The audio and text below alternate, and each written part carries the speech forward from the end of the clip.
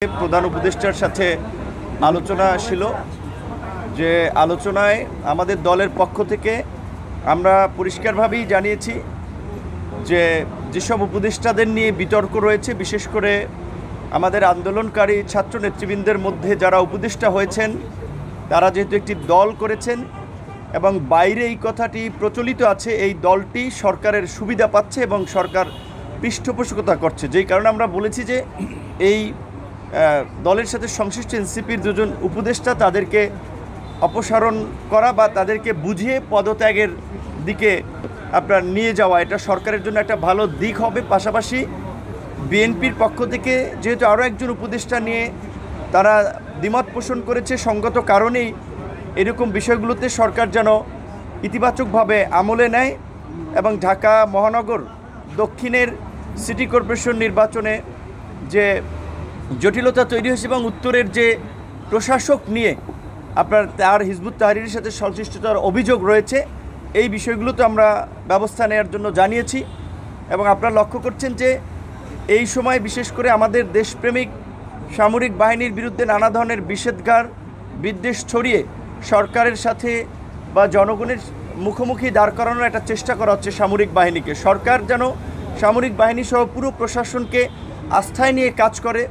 তাদের সাথে যেন সরকার একটা ভালো আন্ডারস্ট্যান্ডিং থাকে। একই সাথে রাজনৈতিক দলগুলোর সাথে যে দূরত্ব তৈরি হয়েছে, কারণ রাজনৈতিক দলগুলো আমরা অনেকেই যারা দায়িত্বপ্রাপ্ত উপদেষ্টা রয়েছেন কিংবা সরকারের সহকারী রয়েছেন, দেখা করার সাক্ষাৎ করার সময়সূচি চাইলেও গুরুত্বপূর্ণ প্রয়োজনীয় বিষয় আলাপ করতে চাইলেও অনেক ক্ষেত্রে সাড়া মেলে না। এই বিষয়টি নিয়ে মোটামুটি সব দলই ক্ষোভ প্রকাশ করেছে এবং প্রধান উপদেষ্টা সেই বিষয়টা আপনার গুরুত্ব দিয়েছেন যে যোগাযোগটা আগের চেয়ে আরও যেন আপনার ঘন ঘন হয়। এবং বিশেষ করে যেই দুটো বিষয় নিয়ে আরও বর্তমানে রাজনৈতিকভাবে এবং নাগরিকদের মধ্যে একটা উদ্বেগ তৈরি হয়েছে যে আপনার চট্টগ্রাম বন্দরের যে নিউমেরিং টার্মিনাল বিদেশিদের হাতে দেওয়া এবং করিডোর, আমরা বর্তমান পরিস্থিতিতে সরকারকে এ বিষয়ে আপাতত সিদ্ধান্ত না নেওয়ার জন্য আমরা আহ্বান জানিয়েছি। এবং একই সাথে নির্বাচনের যে রোডম্যাপ বা ডেটটা সরকার যেটা বলেছে ডিসেম্বর থেকে আপনার জুন, এটি একটি অস্পষ্ট সময়, কারণ এর মধ্যে রোজা আসবে, কুরবানি আসবে, ঈদ আসবে, ইজতেমা পড়বে। সেই কারণে আমরা বলেছি অন্তত প্রধান উপদেষ্টা যেন একটা সুনির্দিষ্ট মাসের কথা বলেন যে এই মাসে সম্ভাব্য নির্বাচনটা হতে পারে এবং নির্বাচন এবং সংস্কার বিচার ডক্টর মোহাম্মদ ইউনূসের নেতৃত্বে অন্তর্বর্তীকালীন সরকারি করুক, আমরা সেটা চাই। সেক্ষেত্রে